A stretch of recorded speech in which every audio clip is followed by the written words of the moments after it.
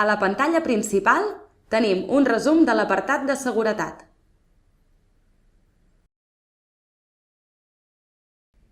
Si anem a la secció, podem veure la llista dels últims events i alarmes que han passat a casa. Prement a cada missatge podem veure'n la informació completa.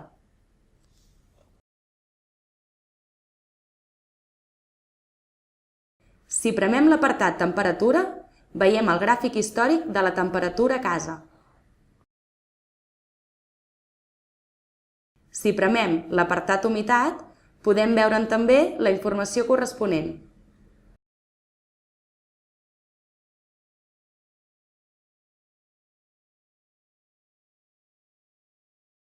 En cas de rebre una alarma, podem prémer Falsa alarma, en cas que comprovem que no hi ha cap situació de perill.